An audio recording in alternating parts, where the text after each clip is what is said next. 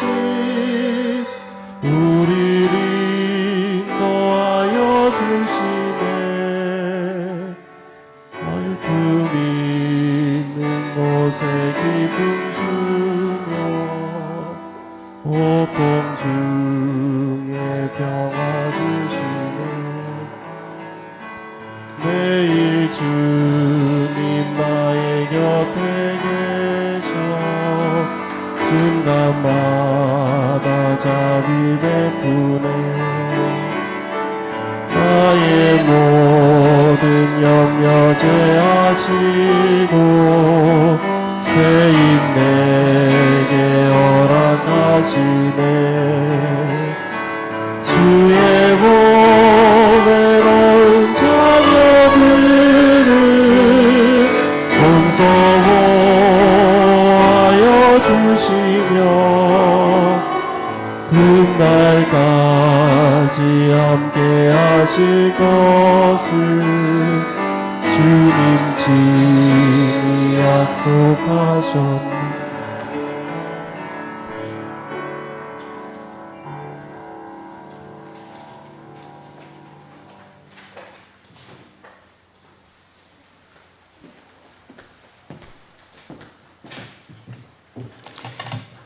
다 같이 묵상으로 안식일 예배를 시작하겠습니다.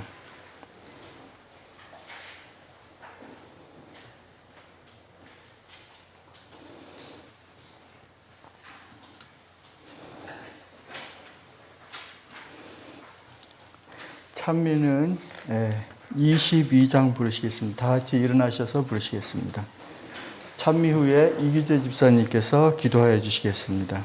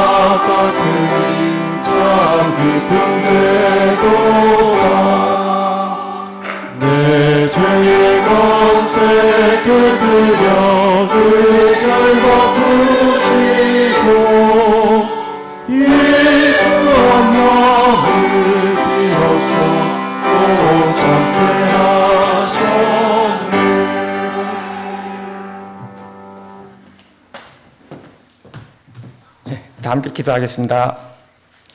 사랑이 많으신 하나님 아버지, 복되고 거룩한 안식을 저희들에게 주시니 그 은혜 무한히 감사드립니다.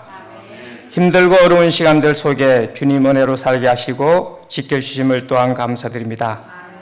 이곳에 모인 저희들 안식일의 축복과 말씀으로 은혜 받기를 원합니다.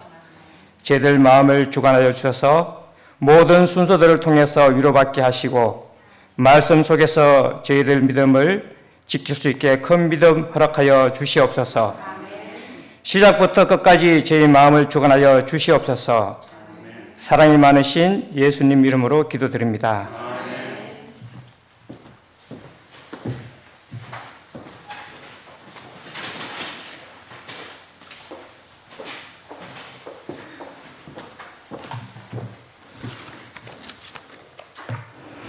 헌금의 말씀입니다. 여호와는 나의 힘과 나의 방패시니 내 마음이 그를 의지하여 도움을 얻었도다. 그러므로 내 마음이 크게 기뻐하며 내 노래로 그를 찬송하리로다. 시편 28편 7절 말씀입니다. 11금과 각종 헌금을 드리시겠습니다.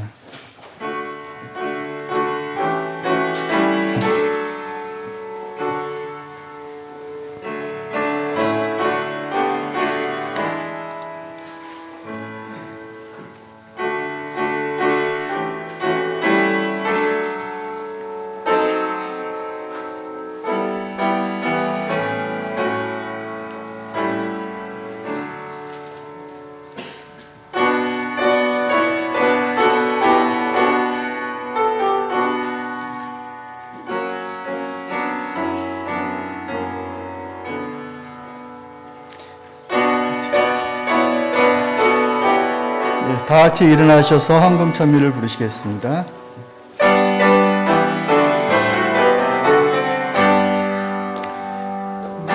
먹으는 주 하나님 천하사 모두 찬송 만만천사 음성 높여 성자 성령 찬송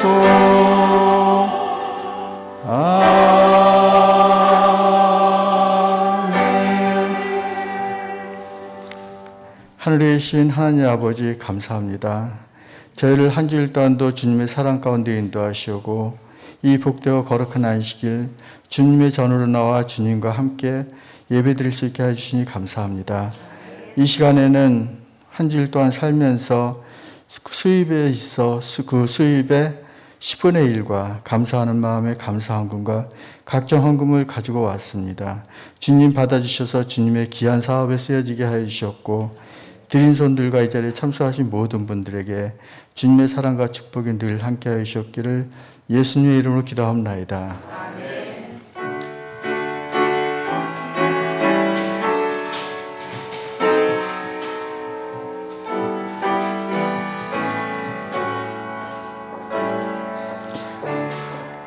한 주일 동안 잘 지내셨습니까? 오늘 이 자리에 참석하신 모든 분들을 진심으로 환영합니다. 또한 하나님의 사랑과 축복이 늘 함께 하시기를 바랍니다. 이 시간에는 우리 전병은 선생님이 나오셔서 특창이 있으시겠습니다. 특창 후에 우리 담임 목사님께서 말씀하여 주시겠습니다.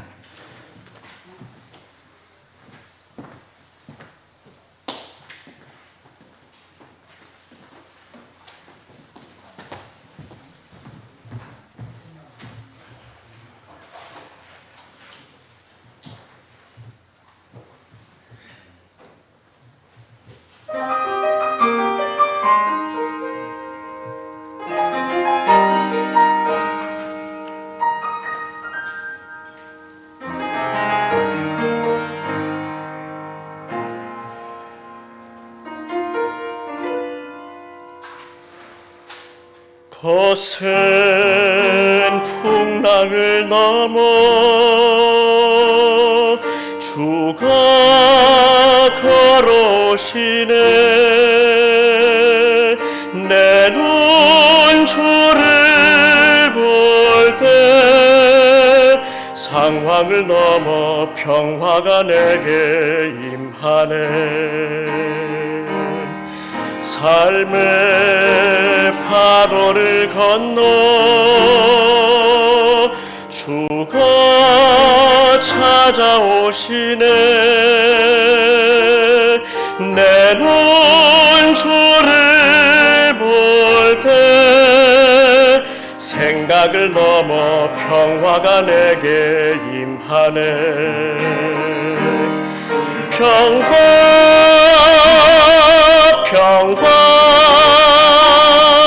그 사랑의 물결이 내 안에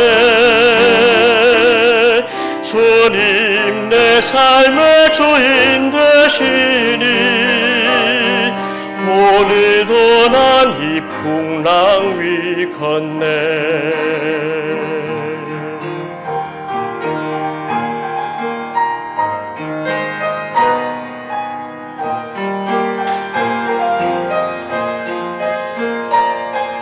거센 풍랑을 넘어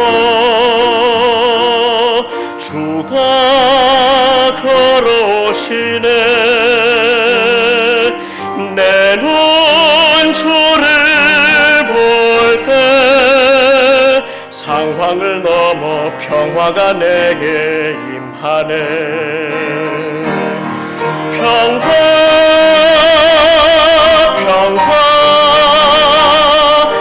사랑의 물결이 내 안에 주님 내 삶의 주인 되시니 오늘도 난 이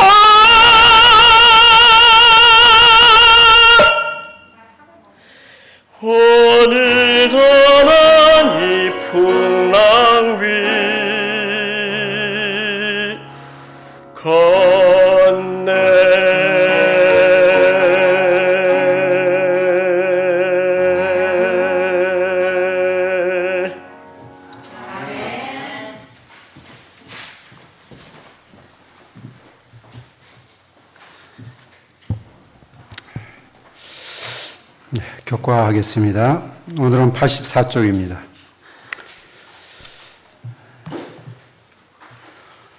지난번 교과 제목이 뭐였죠? 오직 성경. 제가 두 가지 것을 결론적으로 말씀드렸는데 혹시 기억하시는 분 한번 말씀해 주실 수 있을까요?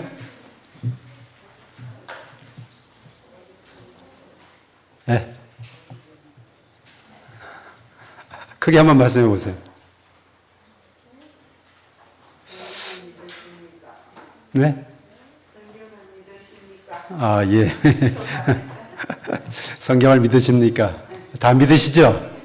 예. 그래서 이 자리에 와 계신데요. 제가 두 가지 것을 말씀드렸습니다. 성경을 믿는다고 하는 것은 그 말씀대로 어떻게 해요? 산다고 하는 의미를 갖고 있다고 하는 것입니다. 성경을 믿는다고 하는 것은 하나님도 우리가 예수 그리스도를 개인의 구주로 영접하고 침례를 받은 사람은 어떻게 산다고요? 그분처럼 내가 믿는 예수님처럼 살겠다고 하는 그런 결심과 헌신과 의미가 담겨 있습니다. 그래서 성경을 믿는다 그런 것은 성경 그대로 내가 살겠다고 하는 의미가 있고, 예수 그리스도를 개인 구주로 영접한 사람은 내가 예수님처럼 살겠다고 하는 그런 마음의 표명과 결심이 표현된 것입니다.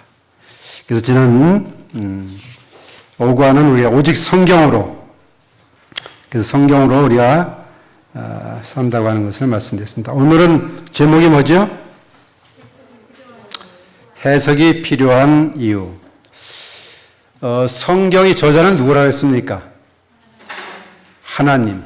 하나님이 오늘 저자시고, 자, 성경을 기록하기 위해서 약 몇 사람들이 기록했다 그랬죠?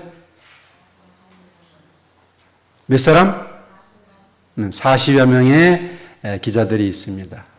40여 명의 기자들이 66권의 성경을 기록했습니다. 그 40여 명의 선지자들에게 주신 그 계시는 하나님께서 성령을 통하여 기록하게 하셨습니다. 그래서 우리가 성경을 연구할 때도 그분이 성령을 통해서 기록하신 그 글은 또 성령을 통해서 연구되고 연구될 때에 정확하게 우리가 연구를 할 수 있는 결론을 낼 수 있다고 하는 것입니다. 그래서 우리가 해석도 역시 마찬가지로 그분의 성령을 통해서 기록한 말씀을 해석할 때도 역시 그분의 도움이 필요하고 은혜가 필요한 것입니다. 자동차를 잘 아는 사람은 누굴까요? 자동차를 설계하고 만든 사람입니다. 그렇죠? 그것처럼 이 성경을 기록하게 하신 분은 하나님이시기 때문에 그분께서만이 성경을 제일 잘 아세요. 성령을 통해서 우리에게 감동을 주셔서 우리로 그것을 깨닫게 하시고 그 말씀대로 살게 하시는 분도 그분이십니다. 우리가 그 말씀대로 살아야지 하는 의지가 표명되겠지만, 그러나 그렇게 살도록 힘을 주시고 용기 주시고 그런 분은 역시 우리 하나님께서 성령을 통해서 우리에게 그렇게 주신다고 하시는 것입니다.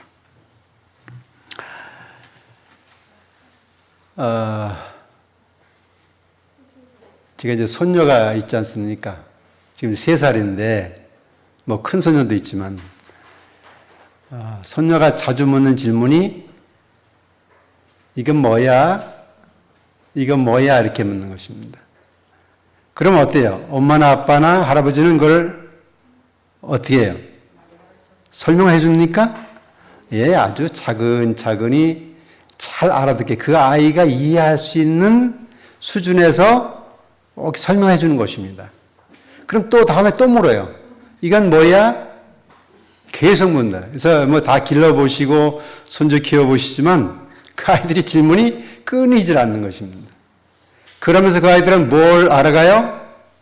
사회를 알아가고 어떤 사물에 대해서 이해를 하는 것입니다. 그 다음에 보면 이 아이들이 언어가 어때요? 막 바뀌어갑니다. 그렇죠? 벌써 4, 5살만 돼도 못하는 말이 없을 정도로 막 바뀌어가는 것입니다. 어떤 이런 아이가 어떻게 그런 생각을 할 수 있을까 할 정도로 말이 아주 많이 바뀌어가는 모습을 볼 수 있습니다. 마치 우리가 하나님께 이런 해석, 이런 성경의 해석에 대한 지혜를 구할 때 하나님께서 우리에게 그 지혜를 주십니다. 그걸 깨닫게 할 수 있는 지혜를 주세요. 그럼 그 깨달을 때에 그것을 통하여 우리의 믿음이 더 향상되고 우리 하나님께 더 가까이 가는 믿음으로 발전하게 되는 것입니다. 하나님께서 예언의 신에 수없이 그런 말씀을 해주셨어요. 우리가 하나님을 위해서 일하고 계획하고 일하려고 할 때 하나님께서 지혜를 주셔서 더 좋은 곳으로 발전할 수 있는 기회를 주신다고 하는 말씀을 우리에게 주셨습니다. 자, 오늘 해석이 필요한 이유인데요. 그래서 그 서론 셋째 줄을 보면은 셋째 줄 끝에 보면 우리가 읽고 있는 본문이 비유인지 예언과 관련된 상징적인 꿈인지 아니면 역사적인 기술인지 어떻게 아는가? 성경의 맥락에 대한 그와 같은 결정은 곧 해석의 행위에 해당한다. 예. 우리가 이제 다음엔 또 이제 다른 부분에 대해서 나오지만 우리 성경을 연구할 때 제가 지난 시간에 몇 가지 자료가 필요하다고 말씀을 드렸죠. 예. 그런 자료도 필요하고 그 나라의 문화도 우리가 필요한 것입니다. 그래서 어떤 상황에서 이런 말씀을 하셨는지도 우리가 이해가 필요한 것입니다. 그래야만이 그 말씀을 정확히 우리가 이해할 수 있게 되겠습니다. 자, 일요일 수지 보면 전제들 그럽니다. 이 전제들이라는 말은 무슨 말이에요?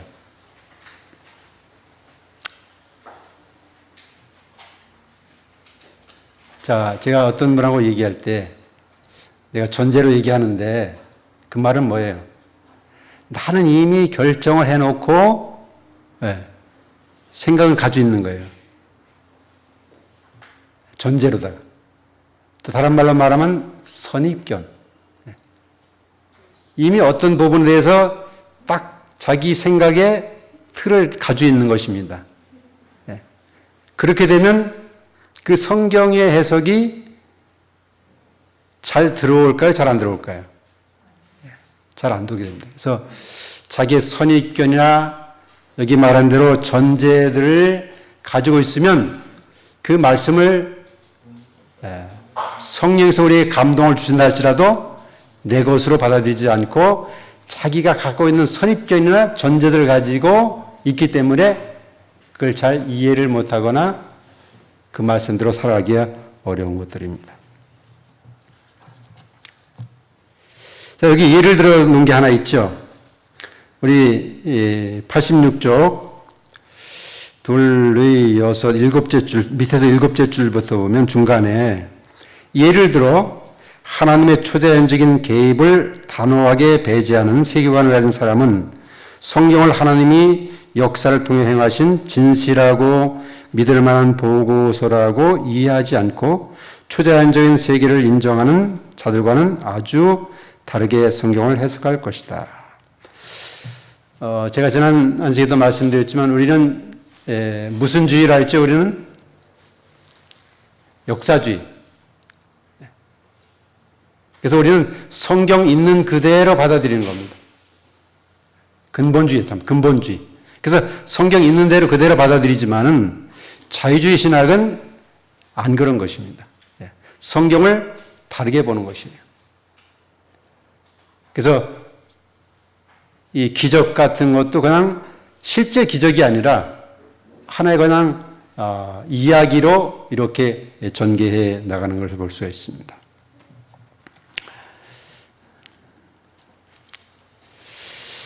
그래서 우리가 이제 이런 얘기 있습니다. 사실과 진실. 사실하고 진실하고는 좀 달라요. 비슷한 것 같지만 제가 오늘 그것을 말씀드리는 건 아니고 사실하고 진실하고는 다른 것입니다. 우리 대부분의 사람들은 뭐예요? 사실을 봅니다. 사실은 그냥 그때로 나타나는 것을 보는 거예요. 그러나 그 이면에 진실은 우리가 볼 수도 없는 경우도 있고 보지 않으려고 하는 경우도 있는 것입니다. 그래서 우리가 이런 것들을 조금 우리가 생각해야 되지 않나 생각합니다. 자, 오늘 소지는 번역과 해석입니다. 자, 누가복음 24장 27절에 있는 말씀인데요. 이에 모세와 모든 선지의 글로 시작하여 모든 성경에 쓴 바 자기에 관한 것을 자세히 설명하시니라. 이게 누구에게 설명한 거예요? 예수님이 엠마오로 가는 두 제자와 함께 갈 때 설명해 주신 것입니다. 네. 그래서 이 엠마오로 가는 두 제자는 지금 예루살렘에서 있었던 이야기를 하면서 내려가는데 동행 중에 예수님이 같이 동행하게 되고 동행하면서 예수님께서 이 모든 내용들을 다 풀어서 이렇게 설명해 준 겁니다. 근데 32절에 보면 그런 말씀이 있어요. 저희가 서로 말하되 길에서 우리에게 말씀하시고 우리에게 성경을 풀어주실 때에 우리 속에서 마음이 뜨겁지 아니하더냐. 이제 해석이라고 하는 건 이런 겁니다. 그 해석을 듣고 났을 때에 우리 마음이 뜨거워지거나 우리 마음에 확신이 생기거나 내가 무릎을 탁 치거나 이런 것들입니다. 그 말이 그거였구나. 이 말이 그거였구나 하는 생각을 확신 있게 갖는 것입니다. 그래서 오늘 교과의 중심적인 내용이 결론적으로 제가 이제 말씀을 제 나름대로 생각하는 이 누가복음 24장 32절의 말씀이 아닌가 생각합니다. 우리 그 말씀을 하시고 우리에게 성경을 풀어주실 때 우리 마음이 뜨겁지 않아야 되느냐. 뜨거웠다 이 말입니다. 그보다 더 좋은 해석이 어디 있겠습니까? 누가 해석을 해줬을 때 마음이 뜨겁고 확신이 생기고 내가 무엇이든지 할 수 있는 그러한 힘이 생긴다면 그보다 더 좋은 해석이 어디 있겠습니까? 여러분의 심령과 여러분의 생애를 바꿔놓을 수 있는 그런 해석이라면 얼마나 좋은 해석이겠습니까? 우리가 그런 해석을 필요한 것입니다. 예수님께서 설명하신 것은 구약입니까? 신약입니까? 구약이죠. 그때 신약이 없었으니까 구약을 설명해 주셨습니다. 자, 화요 소재 보겠습니다. 성경과 문화.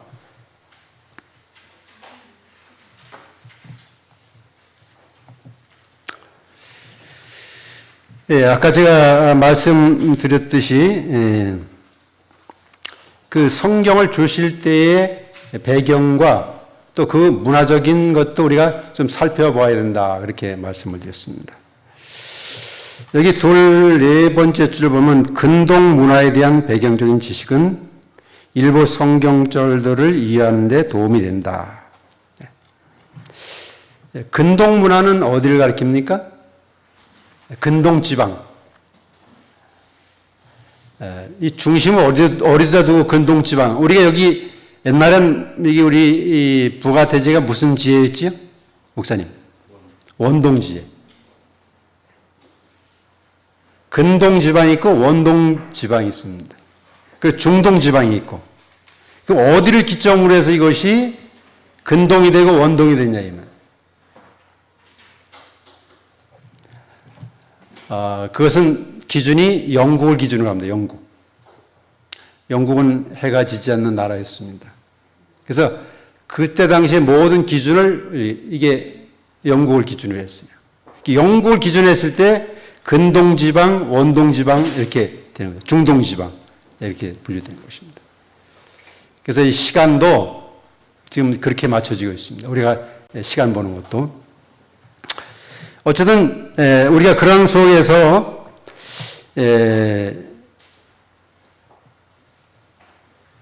이런 이야기가 있습니다. 여기 예를 들면 바로가 마음을 강팍게 한 일에 대해서 서구적인 사고방식으로는 그런 일이 일어나도록 하나님이 허용하셨다 또는 막지 않으셨다라고 말할 법한 일을 영감을 받은 성경 기자들은 보통 하나님의 적극적인 행동으로 간주한다. 우리 성경에 보면 야곱과 에서에 관한 것도 그렇죠. 여기 이제 그 7장 때 우리 10장 때 우리 애굽 왕 바로에게 마음을 강팍하게 하나님께서 강팍하게 했기 때문에 회개하기도 회개할 수가 없는 것입니다. 그냥 강팍하게 해주셨기 때문에. 그러나 하나님께서 강팍하게 해줬다고 하는 것이 아니라 강팍한 마음을 그대로 두었다고 하는 것입니다. 그대로. 이런 예를 잠깐 들어보면 어떨까요? 여러분 다 자녀를 키우시잖아요. 근데 여기 계신 분들은 그런 자녀들이 없지만 오히려 이웃에나 보면 그 자녀들이 막 속을 막 썩이죠. 예. 막 속을 썩이면 부모들이 말리다 안 되면 어떻게 돼요? 예? 내버려 두죠. 야, 네 알아서 해라. 그래 그 대신 네가 다 책임을 진다. 이렇게 말하는 겁니다. 마치 하나님께서도 바로에게 그 말을 안 들으니까 네가 하는 것에 대해서는 그게 허락해 놓은 것입니다. 예, 하나님께서 그냥 강팍하게 마음을 만들어 놓은 것이 아니라 그 바로 강팍한 마음을 가지고 있으니까 하나님께서는 그걸 허락해 놓으신 거예요. 그래서 그는 그렇게 굳어지게 된 것입니다. 예, 그런 의미로 이해하시면 될 것 같습니다.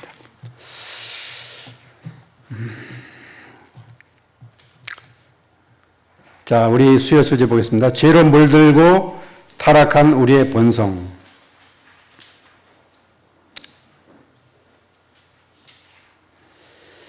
예, 우리 요한복음 12장 이 42절 33절을 보면 저희는 사람의 영광을 하나님의 영광보다 더 사랑하였더라. 예, 우리의 본성은 끊임없이 뭐예요? 예, 자기가 나타내려고 하는 것입니다. 어떻게 하면 자기를 나타내려고 하는 것이 본성이에요. 그게 뭐가 좀 잘 되면 자기가 다 한 것처럼 이렇게 이제 나타내려고 하는 것입니다. 그래서 우리는 끊임없이 그런 데 대한 뭐예요? 경계하고 누르고 그것을 다 승화시켜 갖고 우리가 하나님께 영광을 돌리는 그런 삶으로 자꾸 이렇게 변해 가야 되는 것입니다. 그래서 우리는 그리스도인이 되면 그리스도인이 되기 전하고 그리스도인이 된 후에하고 달라지는 것은 뭐냐면 그리스도인이 되기 전에는 다 모든 것이 내 중심으로 이루어집니다. 내 중심으로. 그래서 내가 모든 걸 했다고 하는 의미로 나타내지만 그러나 우리가 예수 그리스도를 믿은 다음에는 그 모든 것들이 다 하나님의 뭐라? 은혜라 이렇게 생각하는 것입니다. 그래서 하나님께 영광을 돌리게 된 거예요. 그래서 삶이 이렇게 바꿔지는 것입니다. 그러니까 우리 죄의 본성은 이 타락한 본성은 자기를 자랑하는 나타나게 되는 것입니다. 그래서 우리가 그런 것들을 조금 생각하게 됩니다. 여기 보니까 우리의 생각 속에는 교만, 자기 기만, 의심, 격의, 불순종 등 같은 타락의 특성들이 감지되어 있다.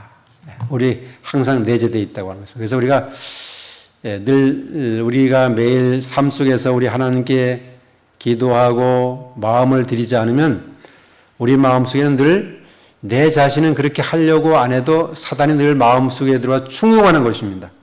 그래서 뭔가 내가 좀 잘된 일이 있으면 그것이 막 내가 잘 되어서 한 것처럼 이렇게 드러내려고 하는 충동을 사단이 자꾸 주는 것입니다. 그런 것들을 우리가 잘 경계해야 되고 그런 걸 우리가 자꾸 말씀으로 또 기도로 우리가 그런 것들을 좀 승화시켜야 될 것이라고 생각합니다. 저는 이제 교과를 시간 마치면서 혹시 뭐 질문이 있으십니까? 없을 것으로 압니다. 감사합니다. 교과 이걸 마치게 하겠습니다. 감사합니다.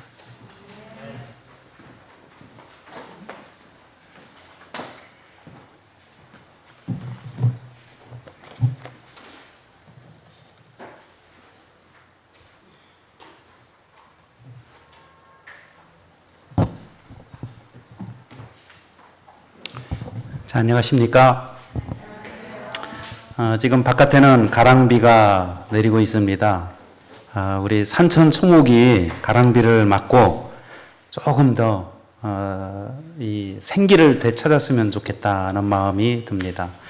자, 우리 한 주간 또 이곳에 함께 하신 성도님들과 또 가정에서 예배를 드리는 우리 성도님들의 가정에 하나님의 은혜가 함께하기를 바라고요. 가정의 달을 맞이하여 오늘과 내일 안식일에 걸쳐서 그리스도인의 가정에 있어야 할 것들이라고 하는 제목으로 시리즈로 말씀을 좀 전하도록 하겠습니다. 저를 따라해 주시길 바랍니다. 그리스도인의 가정에 있어야 할 것들. 우리 현장 예배에서 여러분들께서 아멘 하시는 소리와 성경을 읽는 소리들이 그대로 전달이 됩니다. 지난번에 우리 목회부만 촬영을 할 때는 너무 조용하게 예배를 드렸죠. 그렇죠? 그래서 이게 현장 예배를 드리는 것은 여러분들의 음성이 들어가기를 바라는 마음으로 이렇게 하고 있습니다. 그래서 적극적으로 성경 읽어주시고 또 찬미도 크게 불러주시고 그렇게 해서 우리의 마음이 각 가정으로 잘 전달되고 마침내는 성소에 계신 우리 하나님의 마음까지 전달이 되는 이 안식일이 되시기를 간절히 바랍니다. 오늘 말씀의 제목이 뭐라고 말씀드렸습니까? 이번 주 그리스도인의 가정에 있어야 할 것들입니다. 먼저 누가복음 6장 28절과 29절을 개역 개정판을 통해서 같이 읽도록 하겠습니다. 자, 읽겠습니다. 시작. 집을 짓되 깊이 파고 주추를 반석 위에 놓은 사람과 같으니 큰 물이 나서 탕류가 흘러 그 집에 부딪히되 잘 지었기 때문에 능히 요동하지 못하게 하였거니와 듣고 행하지 아니하는 자는 주추 없이 흙 위에 집 지은 사람과 같으니 탕류가 부딪힘에 집이 무너져 파괴됨이 심하니라 하시니라. 여러분 48절 중간에 잘 지었기 때문에 라는 말에 줄 적어 보실까요? 이 집은 어떤 집은 그 풍류에 이게 잘 견뎌낸다 말씀을 하고 있습니까? 잘 지은 집은 견디어낼 것이다 이렇게 말씀을 하고 있습니다. 자, 이 말씀을 세 번역의 말씀을 통해서 보면은 더 쉽게 이해가 됩니다. 자, 읽겠습니다. 시작. 그는 땅을 깊이 파고 반석 위에다 기초를 놓고 집을 짓는 사람과 같다. 홍수가 나서도 그 집은 흔들리지도 않는다. 잘 지은 집이기 때문이다. 그러나 내 말을 듣고서도 그대로 행하지 않는 사람은 기초 없이 맨 흙 위에다가 집을 지은 사람과 같다. 물살이 그 집에 들이치니 그 집은 곧 무너져 버렸고 그 집의 무너짐이 엄청났다. 여기 중간에 48절 중간에 잘 지은 집이라는 말씀이 나오지 않습니까? 자, 그래서 저는 오늘 그 말씀의 제목을 이게 잘 지은 집, 여기 나와 있는 것은 잘 지은 집이 어떤 집인가라고 하는 것을 살펴보도록 하겠습니다. 여러분, 이 집이 잘 지어진 집 같습니까? 여러분의 눈에 어떻게 보입니까? 잘 지은 집 같습니까? 그러나 알 수 없습니다. 왜 알 수 없을까요? 아직 뭐가 일어나기 전이에요? 홍수나 그 다음에 폭우나 이런 어제 천재지변이나 이러한 큰 것이 아직 일어나기 전이기 때문에 잘 지은 집이다, 잘 지은 집이 아니다라고 우리가 말씀을 드릴 수는 없습니다. 그러나 외관적으로 보기에 좀 어떠십니까? 이 집은 살고 싶은 집은 맞습니까? 예, 살고 싶은 집은 맞습니다. 그 일반인들이 생각하는 잘 지은 집과 전문가들이 생각하는 잘 지은 집은 조금 다릅니다. 그러나 공통적으로 잘 지은 집은 적당한 재료를 적재적소에 잘 사용을 해야 됩니다. 그리고 비교적 용적률과 건폐율이 좀 뛰어나야 되고요.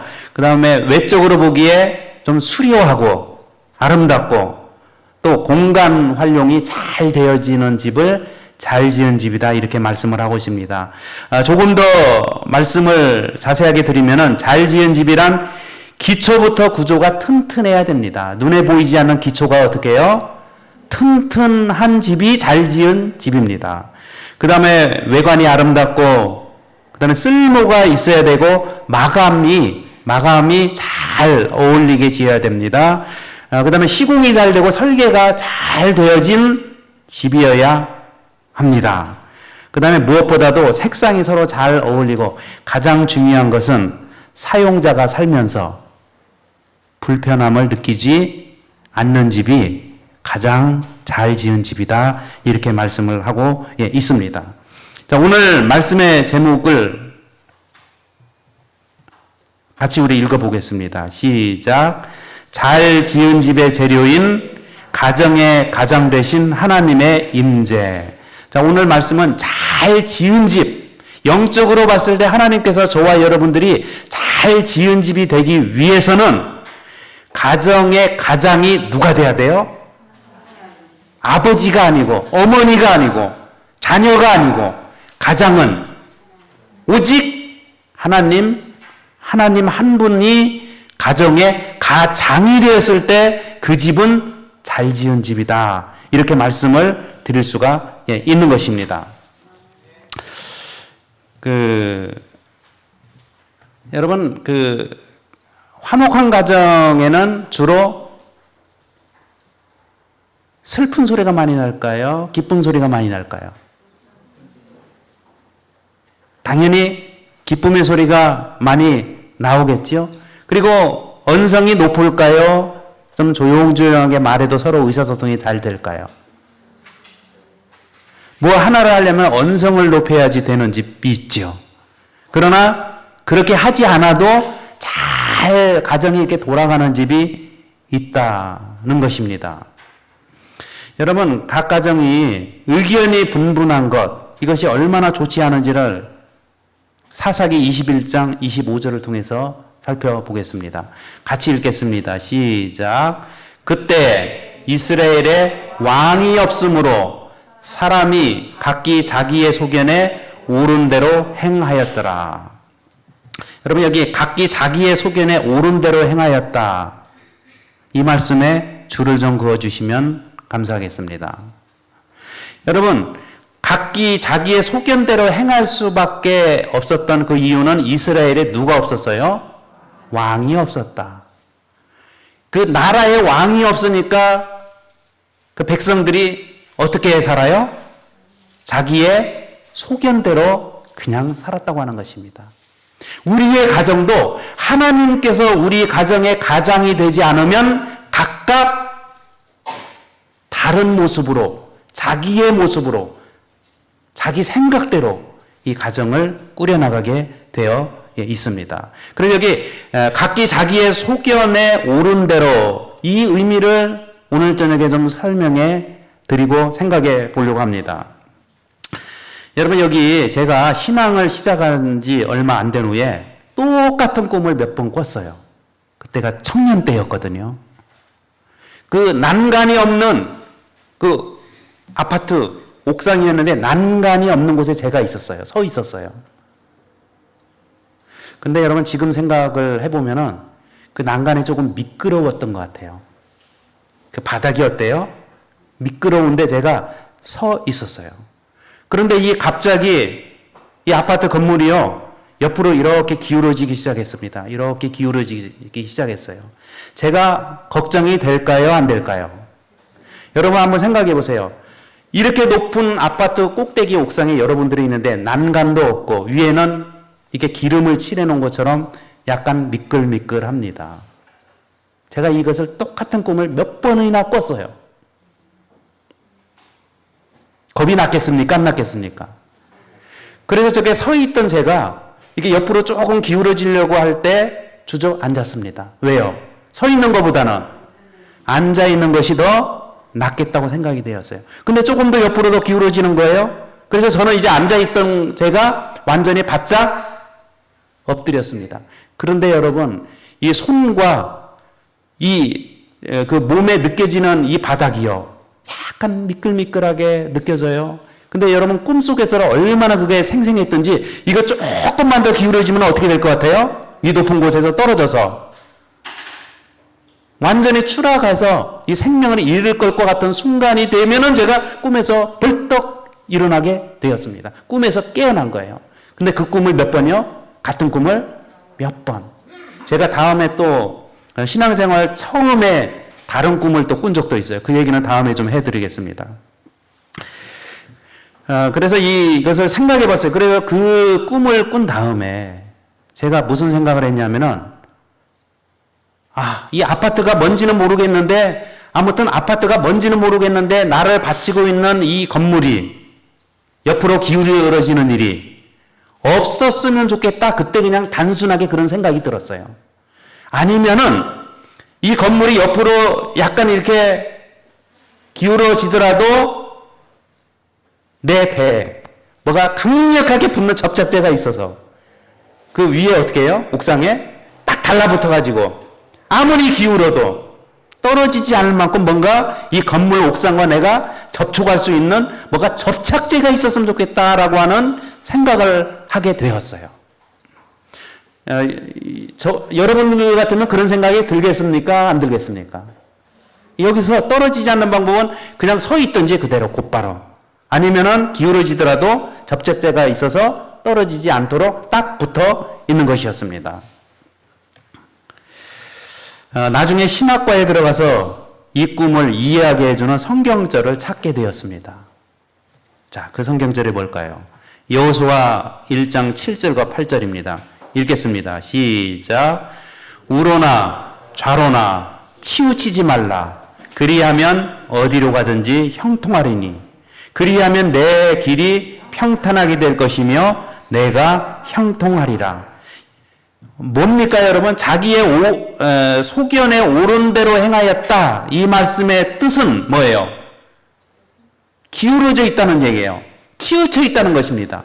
여러분, 이 건물이 치우치면 그 위에 있는 제가 밖으로 빌려 떠내려가는 것처럼 치우치면 어떻게 해요? 치우치면, 한쪽으로 치우치면은 미끄러져서 떨어지게 된다는 것입니다. 그래서 좌우로 치우치지 않았으면 좋겠다. 또 옆으로 기울어지지 않았으면 좋겠다. 그때 이 성경절을 보면서요, 참 많이 생각을 했어요. 그래서 저는 신학과에 이게 공부를 하면서도요, 우리 성도님들과의 관계에서도 절대로 한쪽으로 치우치지 말자. 어떤 한 사람에게 절대로 치우치지 말자. 이게 저의 원칙이에요. 원칙이 됐어요. 그리고 여기 아버지가 계시고 어머니가 계시도 한쪽으로 절대로 치우치지 말자. 저희 딸이 두 딸이 있는데 두 딸 중에서 절대로 치우치지 말자. 여기 장인 장모님이 있어요. 절대로 한쪽으로 치우치지 말자. 교회에 어떤 분이 계세요. 또 어떤 연약한 분이 계세요. 그래도 한쪽으로 치우치지 말자. 기울어지지 말자. 기울어지는 순간에 나는 내 의견대로 살기 때문에 하나님께서 말씀해 주신 그 원칙이 아니라 누구 한 사람에 기울어져 있으면 나는, 내 목회는 망가질 수밖에 없을 것이다. 이런 결심을 하게 되었어요. 신학과 다닐 때부터. 그래서 혹시 우리 사랑하는 성도 여러분 중에서 제가 막 왜 나에게 이렇게 너무나 많은 관심을 가져주지 않을까, 저 목사님이. 그래도 이해를 해주세요. 왜 그렇게 할 수밖에 없어요? 못합니까? 네, 치우치는 것을 막도록. 여러분, 누군가가 치우치면 옆에 있는 사람이 치우치게 하는 것이 보입니까? 안 보입니까? 보이지요. 그래서 여러분, 이 사사기 21장 25절을 보면은 그때 이스라엘의 왕이 없으므로 사람이 각기 자기의 소견에 옳은 대로 행하였다. 이 말씀은 한쪽으로 기울어진 삶을 백성들이 살았다는 것입니다. 이렇게 기울어졌어요. 어떤 사람은 오른쪽으로 기울어져 있고, 어떤 사람은 왼쪽으로 기울어져 있고, 어떤 사람은 앞으로 기울어져 있고, 어떤 사람은 뒤로 기울어져 있고, 어떤 사람은 삐딱하게 옆으로 기울어져 있고, 이렇게 모든 사람들이 기울어져 살았는데 그 이유는 뭐 때문에요? 이스라엘에 누가 없었기 때문에? 왕이 없었기 때문에. 그래서 우리의 가정에도 하나님께서 가장으로 계시지 않으면 그 가정은 어떤 모양이든지 한쪽으로 기울어질 수밖에 없습니다. 그러나 하나님이 계시면 기울어지지 않는 가정으로 살아갈 수 있는 것입니다. 여기 이 아파트가 지금 어떻게 되었습니까? 한쪽으로 기울어져 있는 거 맞습니까? 원래 이게 이제 오른쪽에 여러분이 보시기에 이제 오른쪽에 있었던 이 건물이 이제 기울어진 거예요, 이렇게. 그 A, B, C, D, E라고 하는 이 동의 건물이 지금 어떻게 돼 있어요? 한쪽으로 많이 기울어져 있습니다. 여러분, 이게 기울어진 저 옥상 위에 만약에 난간이 없다면 그 위에 있는 것들이 얼마나 쉽게 떨어질 수밖에 없을까요? 저기다가 여러분, 구슬 하나 올려놓으면 떨어질까요? 안 떨어질까요? 구슬은 언제 여러분 안 떨어지고 있어요? 딱 평면이 되면 어떻습니까?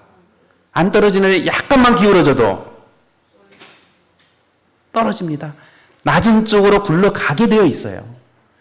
여러분, 이스라엘의 백성들은 하나님께서 이 마음의 중심을, 가정의 중심을, 나라의 중심을 잡아주지를 못하니까 왕이 되어서 잡아줘야 되는데 그것을 하도록 백성들의 허락하지 않으니까 이스라엘 백성들의 가정과 이스라엘 백성들의 삶과 이스라엘 나라 전체가 어떻게 됐어요? 자기의 소견대로 기울어진 그런 삶을 살 수밖에 없었다고 하는 것입니다. 그래서 여러분, 이 사사시대는 정말 이 혼돈의 시대였다, 이렇게 말씀을 하고 있는 것입니다. 여기 여러분 서커스 한번 보시기 바랍니다. 이 서커스에서 한평생 줄타기를 한 사람에게 어떤 기자가 물었습니다. 줄타기에서 떨어지지 않고 줄을 타는 비결이 무엇입니까? 이렇게 말을 했더니 두 가지라고 말을 했어요. 첫 번째는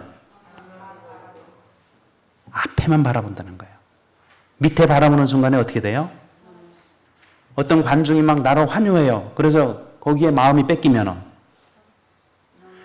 여러분, 세상에 어떤 사람이 여러분들을 높여주시더라도 그것을 쳐다보지 마세요. 실족합니다. 인간의 높여줌은 거짓됩니다. 하나님만 바라보십시오.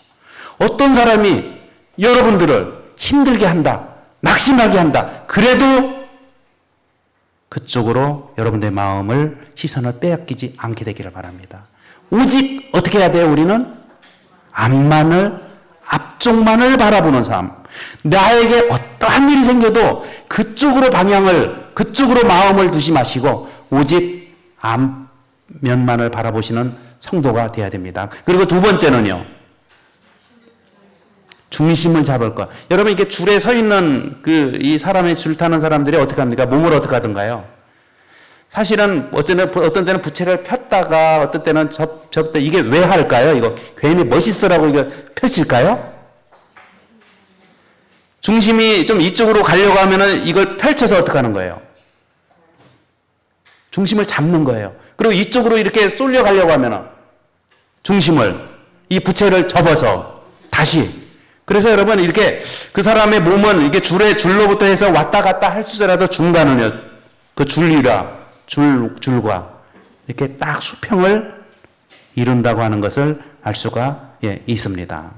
그래서 저와 여러분들의 삶에 우리의 가정이, 우리의 나라가, 우리의 교회가 한쪽으로 기울어지지 않는, 중심이 하나님이 계시는 그런 가정과 교회가 되기를 예수님의 이름으로 간절히 축복합니다.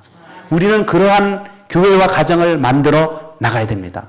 우리 가정에 누가 가장이 되셔야 돼요? 여러분, 예수님보다 무게 많이 나갈 사람 있으세요? 나는 예수님보다 영적인 무게 많이 나간다. 없어요. 우리가 무게 나가면 얼마나 나가겠어요? 저는요, 이게 하나님의 말씀을 살펴볼 때는 제가 참 쭉정이 같다는 생각이 자꾸 많이 들어요. 나는 언제 알맹이가 될까? 그러나 예수님 생각하면은 예수님이 여러분 어떻게 쭉정이처럼 막 생각이 되세요? 알곡처럼 막 생각이 되십니까? 예수님 생각하면은 막 알곡으로 자꾸 생각이 되는 거예요. 그래서 자꾸 바라보게 되는 것입니다. 나를 보면은요, 여러분 혹시 나를 바라보면서 나는 막 알곡이다 하면서 막 보거가 어떡하지요? 누가 잡으러 오면은요, 앞에 나타나면은 본인은 얼마 크지도 않으면서요, 크게 보이도록 하기 위해서 바람을요 확 집어넣어요. 그러나 그 바람이 살입니까? 자기 겁니까? 아닙니까? 아닌 거예요. 우리 사랑하는 김은동교회 성도 여러분들은 어떠한 형편에 이르든지 정말 중심에 하나님을 모시는 하나님께서 우리 가정의 가장이 되는 중심을 붙잡아주는 그것을 잘 유지하시는 성도들이 되시기를 간절히 바랍니다. 제가 오늘 이 시간에 소 2마리 이야기를 여러분들에게 좀 해드리려고 합니다.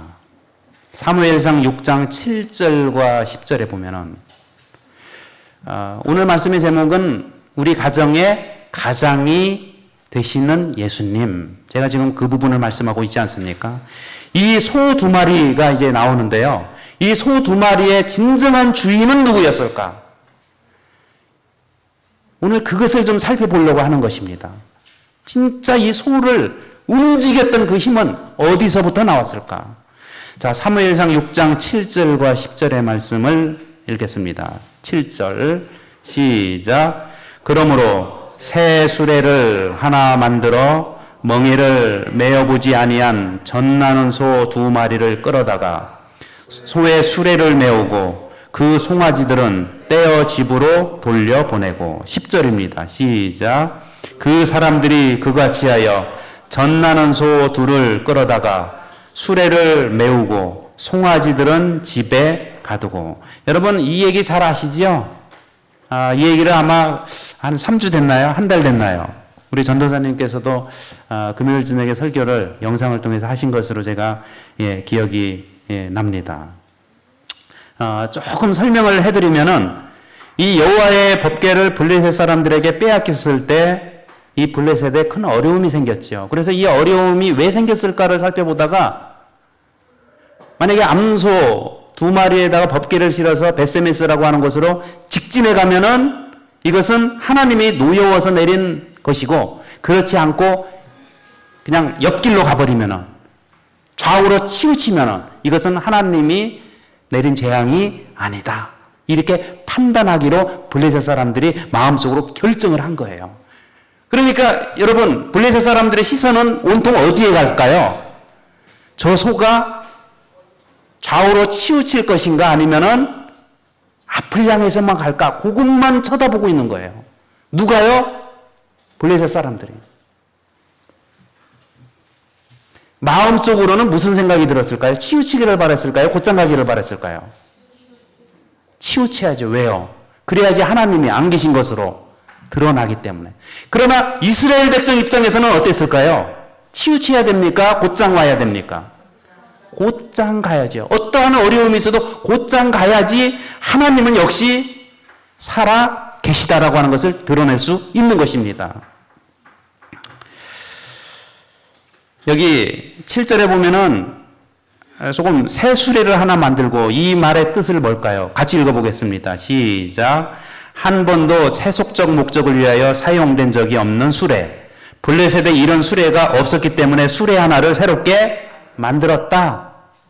그 다음에 멍에를 메어보지 아니한 소 2를 끌어다가 읽겠습니다. 시작. 블레셋에서 세속적 목적을 위해 전혀 사용되지 아니한 소 2마리를 끌어다가 사용하였다. 자, 이건 뭘까요? 젖나는 소 2. 이 말씀은 뭐예요? 새끼가 딸려 있다는 말과 같습니다. 근데 여러분, 이 소가 어떻게 됐습니까? 사무엘상 6장 12절에 보면 읽겠습니다. 시작. 암소가 베세메스 길로 바로 행하여 대로로 가며 갈 때에 울고 좌우로 치우치지 아니하였고. 왜 울었을까요? 누가 생각이 나는 거예요? 송아지 새끼가 나서 울기도 했습니다. 또 하나 이유는 왜 울었을까요? 지금 이 소는요, 여러분, 소가 이 코 뚜레를 뚫을 때 아플까요? 안 아플까요? 이거 지금 처음 내보는 소거든요. 저는 어렸을 때 본 적이 있어요. 여러분, 이게 나무를 휘어요. 이것을 가지고 어떻게 합니까? 그냥 여기다가 콧뚜레 이렇게 만드는데 정말 아플 것 같아요. 제가 생각이 우리 바늘로 하나 찔러도 아픕니까? 근데 이 소가 연약한, 여러분 한번 생각해 보세요. 그 상황을 생각하면 얼마나 아플까? 그래서 이 소는 육신적으로도 아팠어요. 아팠고 심적으로도 아프고 다 아픔만이 있었다고 하는 것입니다. 여러분, 기울어지려면 기울어질 길이 여러 군데가 있었어요. 한쪽으로 기울어지려면. 그 새끼 소 생각하면 기울어질까요? 안 기울어질까요? 마음이. 기울어졌을 것 같아요. 만약에 이 소가 이 세상에서 가장 중요한 것이 암소 2마리, 자기 새끼였다면 어떻게 됐을까요? 그쪽으로 기울어졌을까요? 기울어졌겠죠. 여러분, 사람은요, 가장 소중하게 생각하는 곳에 마음이 기울어지게 됩니다. 우리 하나님께서 뭐라고 하셨어요? 마태복음 보면. 네 보물이 있는 곳에 네 마음도 있다. 네 보물을 하늘에 둔다는 것은 뭐예요? 마음이 하늘에 있다는 거예요. 네 보물을 하늘에 두지 않는다는 것은 뭐예요? 하늘에 마음이 없다는 것과 같은 거예요, 지금. 그러면서 여기 여러분, 이렇게 힘적으로 또 이렇게 기울어질 요소들이 많이 있었는데 이 소는요, 기울어지지 않았습니다. 그리고 원래 이 소의 주인이 사람이 있었을까요? 없었을까요? 당연히 있었겠지요. 그리고 이 소는 한 집에서 가져왔을까요? 다른 데서 가져왔을까요? 무슨 뭐 쌍둥이 소처럼 갑자기 그냥 뭐 나서 한 소, 그렇지는 않을까요? 상식적으로는요. 그러니까 여러분, 이 소는요, 지금 살고 있는데도 다르고, 새끼도 아마 태어난 일수도 다르고 다 다를 거예요. 그러나 공통적인 것은 이 어미소의 마음을 끄는 새끼 송아지가 있었고, 또 주인이 있었는데, 또 아픔이 각각 있었는데, 그쪽으로 본인의 마음이 전혀 기울어지지 않았다고 하는 것입니다. 근데 여러분, 어떻게 해서 왜 기울어지지 않았을까요? 이 소가 막 어디서 힘이 났을까요? 나 기울어지면 안 돼. 막 굳센 결심을 하고 앞으로 갔을까요? 여러분은 어떻게 생각하세요? 하나님께서 어떻게 하셨습니까? 막 가라고 해요. 너 직진으로 가야 된다? 여기 그 이유가 나옵니다. 살아남는 이들 190페이지에 읽겠습니다. 자, 시작. 블레셋 사람들은 암소들이 어떤 보이지 않는 능력의 지배를 받지 않는다면 저희의 송아지를 집에 그냥 두고 떠나지 못할 것을 알았다. 다시 말하면 뭐예요? 만약에 본능대로 이 소가 움직이면 절대로 떠날 수 없었는데 이 소 2마리가, 암소 2마리가 송아지를 집에 놓고 그렇게 울어대는 그 송아지에게 마음이 기울어지지 않고 앞으로 갈 수 있었던 것은 어떤 보이지 않는 능력의 지배를 받고 있었다고 하는 것입니다. 여러분, 저와 여러분들의 눈에 하나님 보이십니까? 혹시 나는 우리 집에 확실히 하나님께서 우리 집에 가장으로 지금 우리 안방에 계시다. 한번 손 들어보세요. 안 계셔요? 우리 안방에는 하나님이 지금 보이지 않는 그 능력의 근원이 되시는 하나님이 우리 집에 안방에 지금 들어와 계신다. 예. 몇 분이서 그래도 손 드셨습니다. 감사합니다. 위안이 되고 위로가 되네요. 아마 여러분들도 다 그렇지만은 손을 지금 안 드실 것이에요. 여기 보이지 않는 능력이 있었다는 거예요. 근데 여러분, 보이지 않는 능력이 어떻게 나타났을까요? 저 읽겠습니다. 소들은, 시작. 소들은 베세메스 길로 곧장 가며 저희의 송아지를 생각하고 울면서도 곧장 그들을 떠나갔다. 울면서도 마음이 자꾸 기울어지면서도 기울어지지 않고 어땠다는 거예요? 그냥 베세메스로 갔다는 얘기예요. 그러면서 그 이유가 이렇게 나와 있어요. 읽겠습니다. 시작.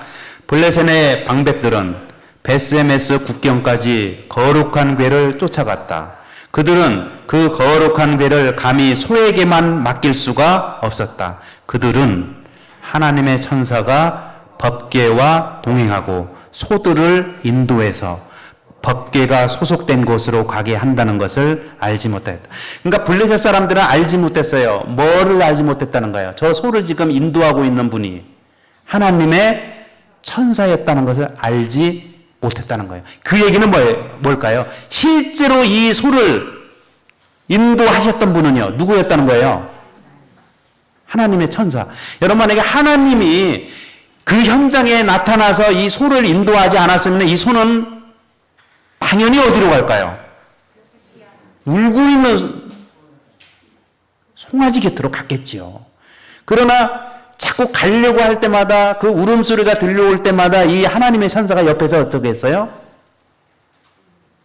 너는 그래도 앞으로 가야 된다. 그래서 이 소에게 인도자 역할을 하나님의 천사가 했기 때문에 가능했다라고 하는 것입니다. 역시 여러분 혹시 살아가시면서 자꾸 어떤 사람은 건강 때문에, 어떤 사람은 재정 때문에, 어떤 사람은 무슨 이런저런 이유로 우리의 마음이 자꾸 기울어지게 하는 일이 생길 수도 있습니다. 그러나 그냥 그 상태에서 가만히 두면 우리는 어떻게 될까요? 기울어져서 떨어집니다. 이때 바로 누가 필요한 거예요? 인도자 되시는 하나님이 필요한 거예요. 이때를 위해서 필요한 거예요. 그 하나님이 우리를 어떻게 하는 거예요? 인도하도록 한다면, 우리의 가장이 하나님이 되도록 한다면 여러분 이겨낼 수 있는 힘을 얻게 될 것이다. 이렇게 말씀을 하고 있습니다. 여기 한번 봅시다. 여러분 여기 암소 2마리가 있는데요. 이 소가 어떻게 좀 사이가 좋은 것 같습니까? 어떻게 보입니까? 여러분들의 눈에. 눈 좀 한번 크게 뜨고 보세요. 이 소가 만약에 나는 내 암소가 울고 있는 대로 간다. 또 이 소는 아니다. 그래서 만약에 한 마리는 이쪽으로 가려고 하고 한 마리는 이쪽으로 가려고 하고 또 다르게 한 소는 집으로 가려고 하는데 아니야. 우리는 베세메스로 가야 돼 하면서 직진으로 가면서 이렇게 둘이 의견이 맞지 않았다면 이 뒤에 있는 수레가 어떻게 됐을까요? 그 법계, 여러분 그 우사의 사건 아시지 않습니까? 소가 갑자기 뛰니까 어떻게 됐어요? 법계가.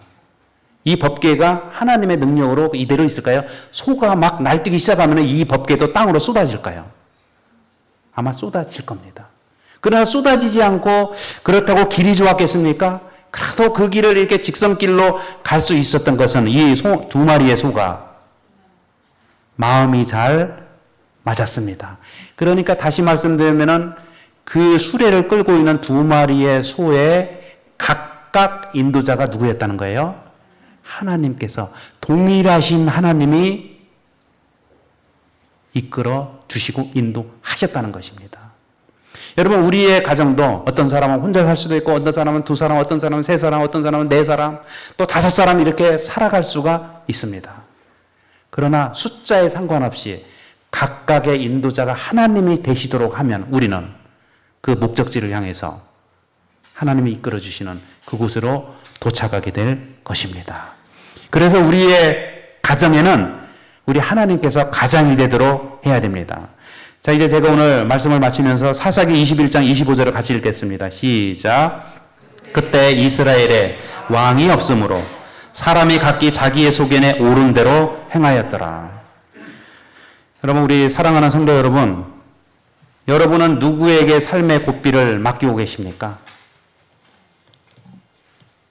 지금 저와 여러분의 삶의 고삐를 누가 쥐고 계십니까?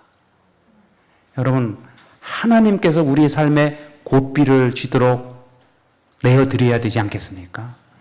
여러분, 이 고삐는 어떻게 해서 만들어지나요? 고삐는요, 이 콧뚜레라는 게 있어요. 이것을 끼고, 그 다음에 여기에다가 줄로, 뒤에다가 이렇게 맬 수 있는 것을 거기다 연결시키고, 그 다음에 줄로 매서 이렇게 인도하는 것이 고삐입니다, 여러분. 그래서 이 고삐에 따라서 어떻게 합니까? 손은 움직이게 됩니다. 여러분, 저와 여러분들께서 정말 우리의 가정에, 우리 하나님께서 가장이 되시고 우리 가정의 고삐를 하나님께 내어드리면 그 하나님께서, 선하신 하나님이 정말 선한 곳으로, 우리가 가야 될 마땅한 곳으로 우리의 가정을 이끌어 주시지 않겠습니까? 그런 가정이 되도록 우리 하나님의 귀한 은혜가 우리에게 함께 하시기를 바랍니다. 자, 이 성경 말씀을 읽겠습니다. 시작. 우리 모두 주인이 있는 소처럼 살아갑시다. 여러분, 주인 없는 소처럼 살지 맙시다. 누가 보더라도 저 사람의 주인은 하나님이다. 하나님께서 고삐를 주고 있다. 여러분, 그런 모습으로 살아가는 성도들이 되시기를 간절히 바랍니다. 그리고 더 나아가서 우리의 가정은 주인이 있는 가정이 돼야 됩니다. 우리의 안방에는 하나님께서 안방을 차지하실 수 있도록 자리를 내어드리는 아름다운 가정이 되시기를 간절히 바랍니다. 자, 이제 저는 오늘 말씀의 제목을, 자, 아까 제가 처음에 오늘 말씀의 제목이 뭐라고 말씀을 드렸죠? 우리 그리스도인의 가정에, 특별히 재림신도의 가정에 있어서 가장은 하나님 한 분이 되어야 한다. 그래서 그 자리에 내가 앉으면 안 됩니다. 내가 이 가정의 호주이기 때문에 내가 그 자리에 앉고, 또 목소리가 큰 사람이 거기에 앉고, 또 뭐 이게 아니라는 거예요. 우리는 다 똑같은 암소라고 생각하시고요. 아픔이 있을지라도 정말 우리의 가정을 고삐를 하나님께 내어드려서 하나님께서 원하시는 아름다운 곳으로 함께하는 우리 성도들이 되시기를 바라며 말씀을 마치겠습니다.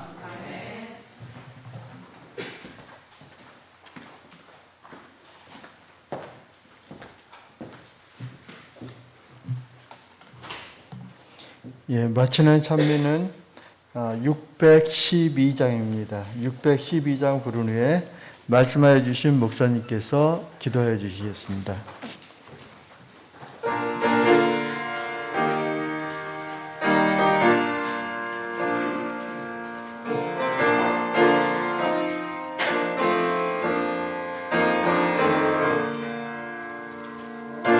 전해본 바람 불었고 하나님 아버지 모셨으니 믿음의 반석도 든든하다 우리 집 즐거운 동산이라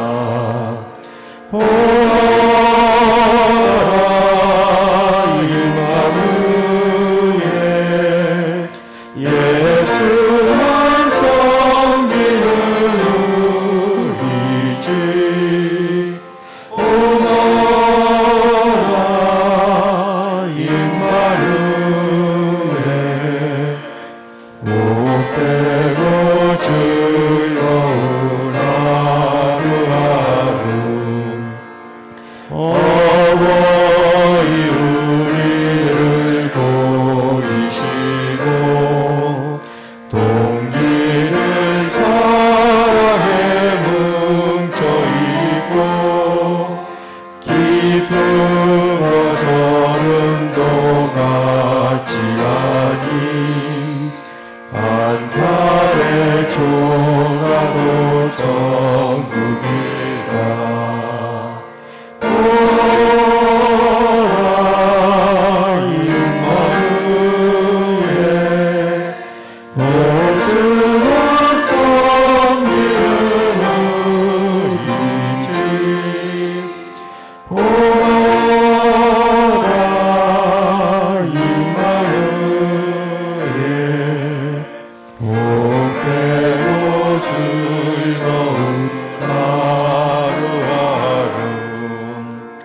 아침과 저녁에 수고하여 다같이 일하는 온 식구가 한 상에 눌러서 먹고 가셔 여기는 인간의 나머리라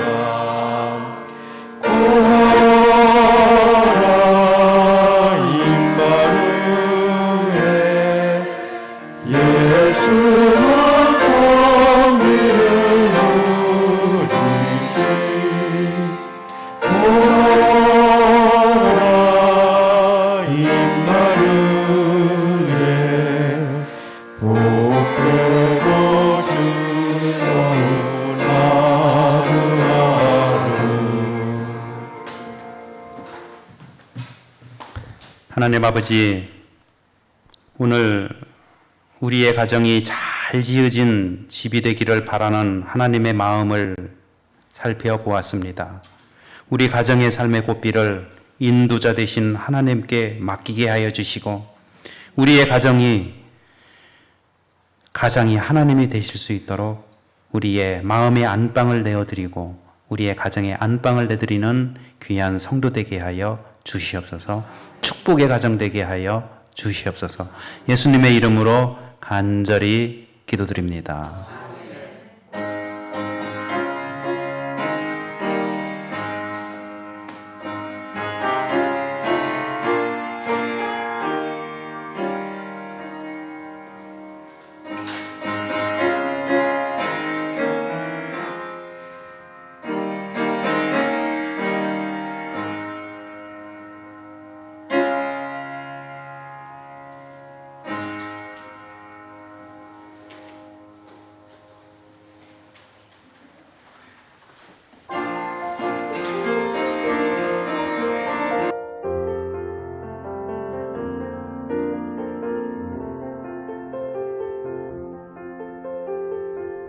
아름다워 찬란한 주 만드신 이 세상 지혜로운 창조주 그 솜씨